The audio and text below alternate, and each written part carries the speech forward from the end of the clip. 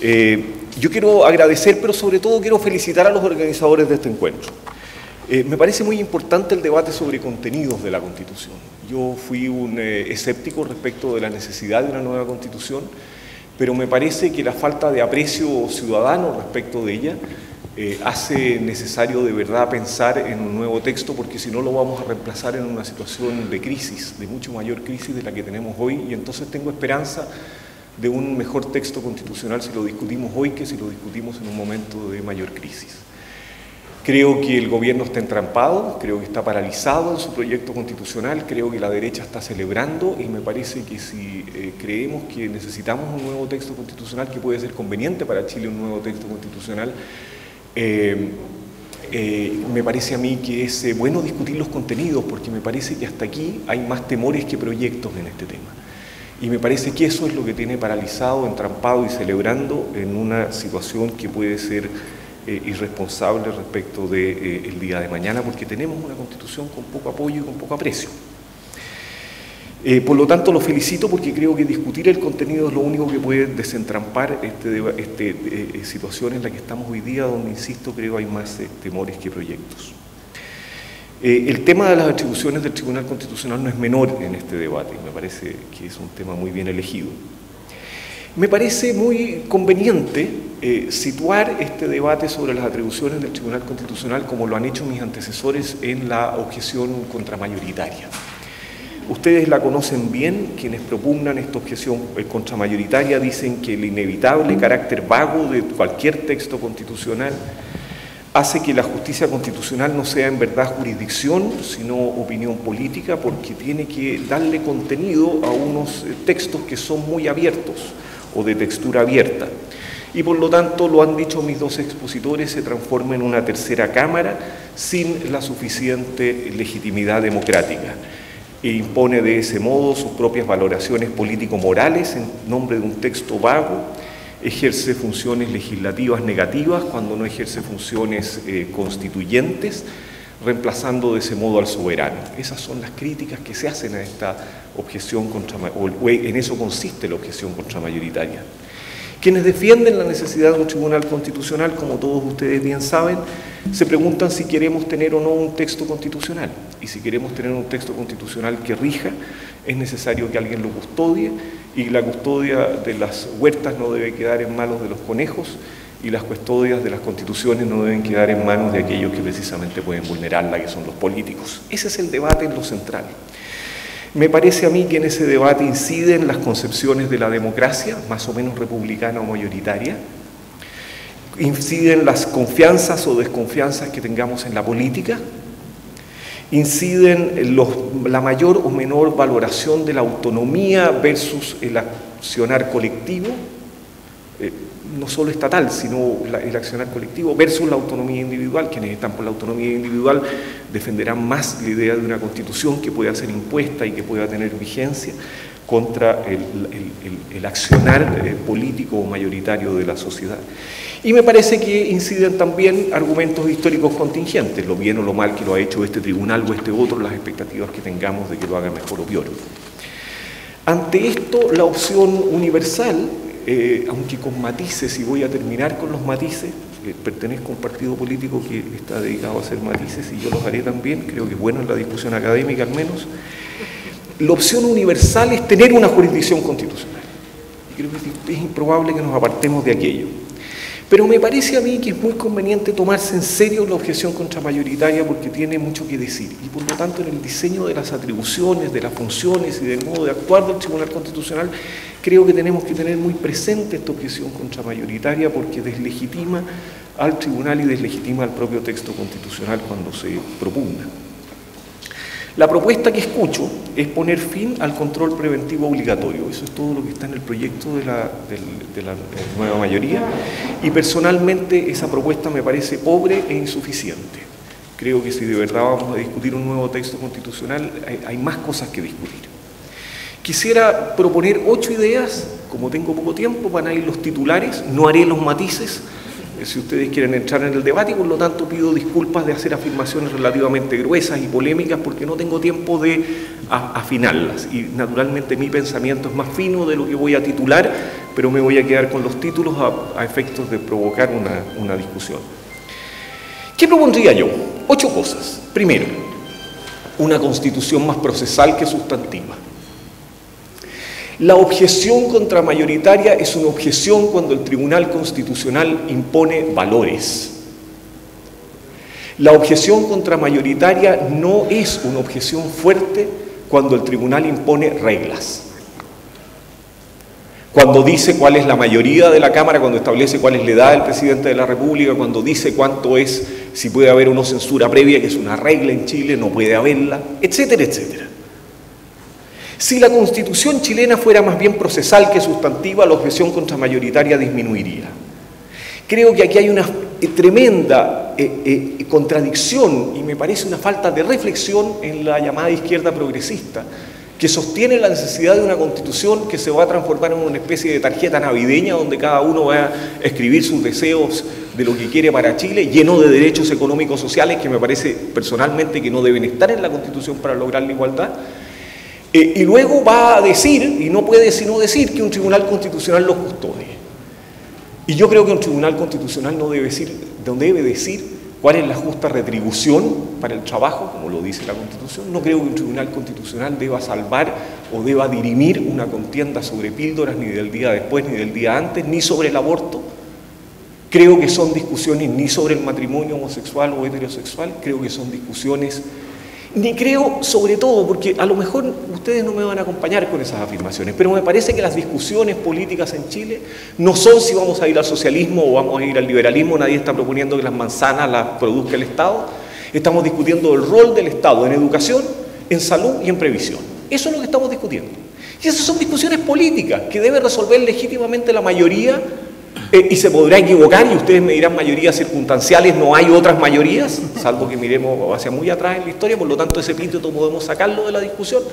Creo yo que legítimamente son debates que debe resolver la mayoría. Y por lo tanto yo creo que no son debates constitucionales. Y para que no sean debates constitucionales, la Constitución tiene que decir menos y no más. Y ahí hay una contradicción en la propuesta de la nueva mayoría, que propone una Constitución que diga más, pero que al mismo tiempo teme a la judicialización y no ve salida, y va a vivir en esta, creo yo, contradicción, porque no puede salir salvo que hagamos o que pensemos una Constitución mínima, de muy pocos derechos y de muchas reglas políticas. Finalmente eso creo que es la Constitución, y me atrevería a defenderlo. Okay. Segunda propuesta. Mucha atención pública a los nombramientos en el Tribunal Constitucional. Creo que en esto tenemos un mal sistema, una mala práctica, no un mal sistema. Yo no estoy por cambiar los sistemas de nombramiento del Tribunal Constitucional, pero me parece que el Senado, perdón que lo diga en esta casa, ha tenido un desempeño deplorable en materia de nombramientos en todos los cargos en que participa. Creo que es poco transparente, creo que hay muy poca discusión pública, creo que hay que mejorarlo. Tercero, los llamados a la cautela o a la deferencia, me parece a mí que salvo por las medidas de la mayoría que se ha propuesto aquí, son llamados vagos, son llamados que no tienen dientes, que no van a producir nada. El Tribunal Constitucional tiene la doctrina de la deferencia y los críticos van a seguir diciendo que ha extendido sus funciones. Por más que usted diga que no debe, sino en los casos más extremos, bueno, la interpretación de qué es lo que es un caso extremo va a quedar en manos del Tribunal Constitucional, y por lo tanto la verdad es que usted puede cambiar la cultura jurídico-política y eso puede ser muy conveniente, y en eso sí acepto de que estemos en un debate académico, pero cuando se trata de un debate político me parece que las invitaciones a un Tribunal Constitucional deferente y cauteloso son letra muerta, menos que usted suba los cuotos, eso sí. Cuarto, control preventivo obligatorio. Mi propuesta sería terminar con las leyes orgánicas constitucionales. Yo no creo de verdad que haya una posibilidad de justificar en democracia y en un régimen igualitario una supramayoría más allá de la Constitución. Me parece que pueden haber temores y pueden haber razones de estabilidad y estoy dispuesto a discutirlas, pero en doctrina democrática, si somos todos iguales, las mayorías mandan. Y el único límite El único límite es que nos sigamos respetando las reglas para que la mayoría mande y no se lleve el poder a su casa. Y esas son reglas procesales y de transparencia en la política, que están bastante ausentes en la Constitución política chilena y desgraciadamente no hay propuesta alguna a su respecto, salvo incorporar más y más derechos, que creo que no soluciona ese problema. Entonces yo suprimiría las LOCE y con eso se acaba el control preventivo obligatorio, y no lo haría ni siquiera para los tratados internacionales, no tengo tiempo para discutirlo, pero yo lo propondría así. Control preventivo a requerimiento es problemático, tiene un efecto muy fuerte de invalidación de un debate político democrático muy reciente. Se está produciendo o se acaba de producir, el Tribunal Constitucional le dice, mire, no señor, su discusión no me importa nada, usted no puede hacer esto. ¿Qué es lo valioso, creo yo? La actuación por presencia del debate constitucional. Cuando la mayoría manda y la minoría trata de hablar y la mayoría duerme y dice a qué horas vamos a votar porque estamos perdiendo el tiempo. Nosotros somos mayoría y estos señores están extendiéndose un poco en sus puntos. La verdad es que la tensión solo despierta cuando alguien dice te voy a llevar al Tribunal Constitucional. Y entonces la mayoría le dice a la minoría, a ver, explícame cuál es tu objeción. Y entremos a conversar sobre esta ley. Me parece eso muy valioso. Y me parece que la discusión sobre políticas públicas tienen que tener un componente mínimo, creo yo, de debate moral. Donde alguien, y yo creo que está bien que el Tribunal Constitucional, si yo me hicieran optar, yo creo que mantendría el control preventivo obligatorio por la razón de actuación de prevención y porque creo, aunque con una constitución mínima, y porque creo que finalmente, si alguien dice, mira, eso que tú estás haciendo infringe las razones por las cuales estamos constituidos como sociedad, las razones que nos constituyen, eso es una constitución, son muy pocas, o tú estás sobrepasando tus facultades, estás despreciándome, estás impidiendo mi derecho a hablar, estás impidiendo mi derecho a libertad de tránsito, en ese caso me parece a mí que la discusión debe detenerse. Y un tercero debe decir, mire señor, sí, usted está rompiendo las reglas del juego. Es esto, inaplicabilidad, ¿cuánto me queda? 5, muy bien. Inaplicabilidad ha mostrado problemas, algunos bastante superables, pero a lo mejor hay que pensar en reformas constitucionales. Primero, el estado de avance de la gestión pendiente para que así el tribunal pueda apreciar con claridad el efecto que va a producir el precepto legal en la gestión pendiente. Segundo, alguna forma de prueba en el Tribunal Constitucional, conforme a reglas de debido proceso para poder aquilatar el efecto de la aplicación del que el precepto producirá en la gestión pendiente. En los casos de ISAPRE, un punto central era si el requirente era rico o pobre, porque si era pobre se le privaba de su derecho a la salud o a escoger el sistema de salud, y si era rico no se le privaba. Pues bien, ser rico o pobre no es algo que importa en la gestión pendiente, es algo que solo importa en el Tribunal Constitucional y no hay ninguna etapa de prueba. El Tribunal Constitucional ha llegado incluso a dictar fallo de que en el alegato la persona dijo que era pobre. Bueno, eso no es una manera razonable de presentar y de argumentar pruebas. Y el tribunal no tiene un sistema, esto no es una crítica al tribunal. Tercera cuestión que yo creo que es de fácil superación. El problema de que los casos aquellos en que el precepto puede en la gestión pendiente producir un efecto contrario a la Constitución o constitucional, depende de cómo se le interprete. Y aquí el Tribunal Constitucional ha dicho, si hay una interpretación inconstitucional, yo lo declaro inaplicable. Ha dicho lo contrario. Si caben dos interpretaciones y una es inconstitucional, yo voy a ser deferente con el juez, porque puede que no la aplique inconstitucionalmente y por lo tanto voy a ser deferente con él. Ha dicho 3 que este es un problema de legalidad. Ha dicho 4 que va a declarar inaplicable el precepto en el entendido que, o sea, no puede aplicarse en ese sentido. El problema es que en los últimos fallos, y esta es la única crítica que yo voy a hacer al organismo al cual pertenecí, ha dicho todas las anteriores. Yo voy a resolver con prudencia, según la eficacia que yo le dé a mis fallos, cuál de las 4 tesis o 5 tesis anteriores es la que vale. A mí me parece que cuando el tribunal ex post dice yo voy a escoger cuál de las 5 teorías, está diciendo que el derecho está en sus manos, o sea que no hay derecho, porque no hay posibilidad de prever las consecuencias de los actos. Y eso es un Estado en el cual no hay derecho. Y me parece eso, lo único que voy a criticar, pero me parece gravísimo porque está en peligro el Estado de Derecho. Y creo que sería bueno, si el tribunal no lo resuelve, luego, con una doctrina en la cual se atenga, a resolverlo legislativamente o constitucionalmente, por alguna de las opciones anteriores. Yo me inclinaría por la inaplicabilidad en el entendido que es la que más me gusta, pero bueno, eso ya es harina de otro costal. Lo importante es que tengamos alguna regla.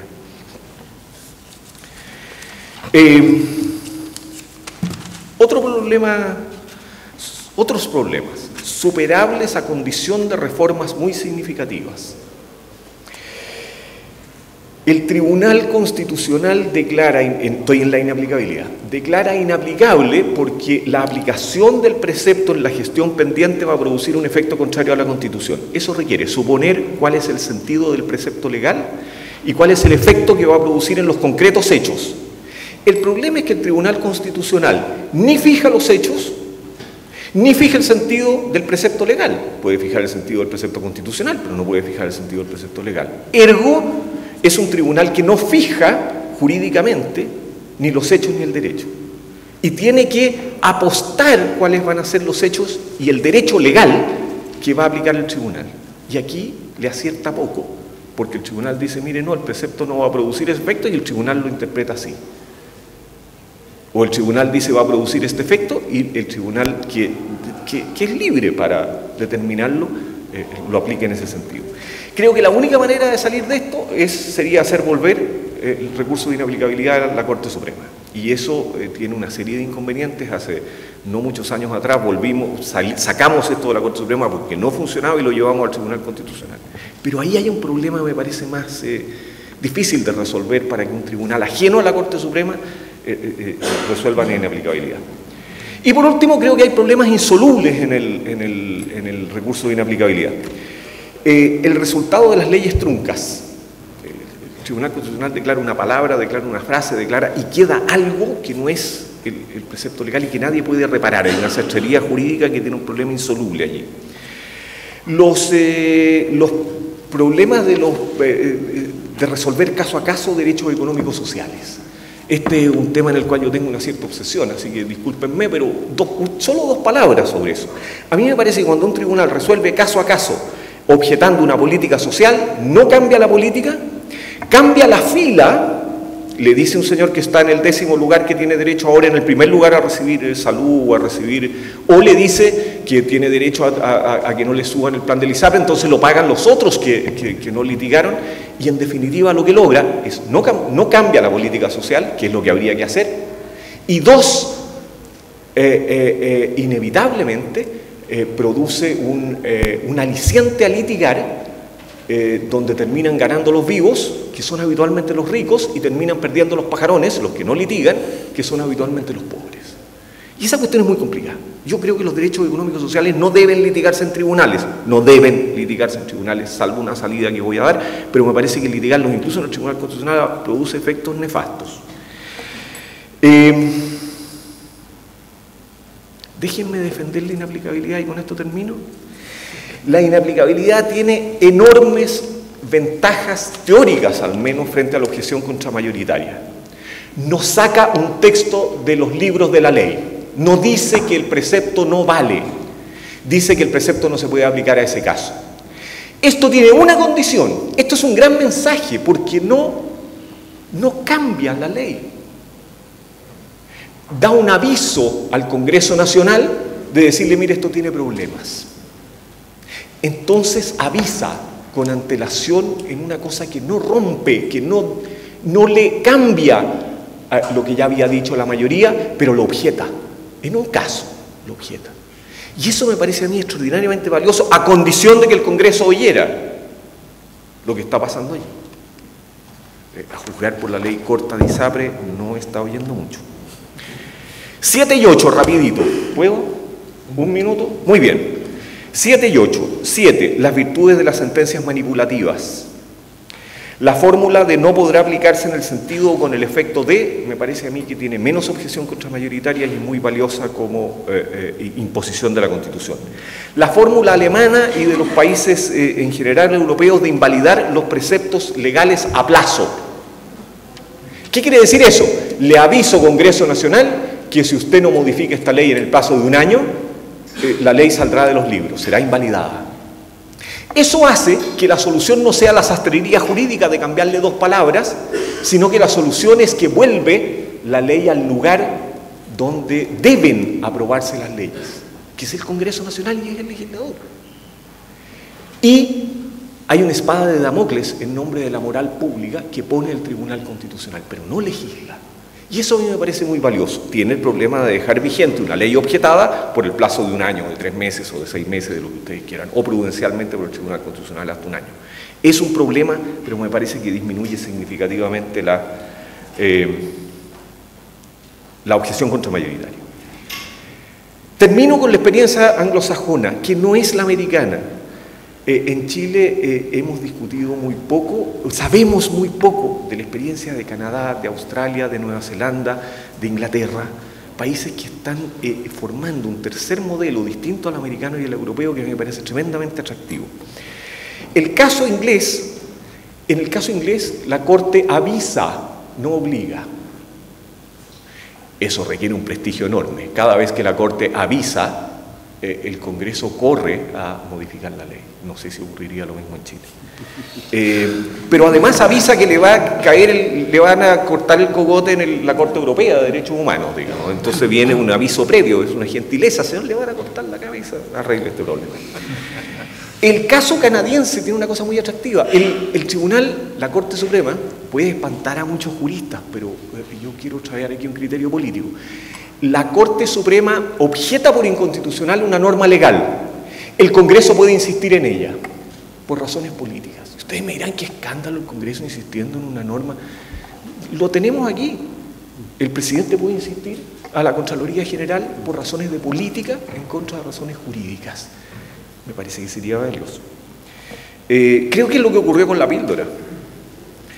En definitiva, buscar fórmulas en las cuales no sean los tribunales los que por la vía de la sastrería y el recorte creen la nueva norma jurídica, sino que objetando devuelvan el tema para el diálogo interinstitucional a la creación obligatoria, esta vez, del legislador. Señor moderador, abordar la reforma de la discusión de la objeción contramayoritaria, tomarse en serio la objeción contramayoritaria sin llegar a suprimir la jurisdicción constitucional y abrir el debate, ojalá, más allá de la cuestión de mantener o suprimir el control preventivo obligatorio, que es todo lo que está en un debate que yo juzgo bastante pobre. Muchas gracias.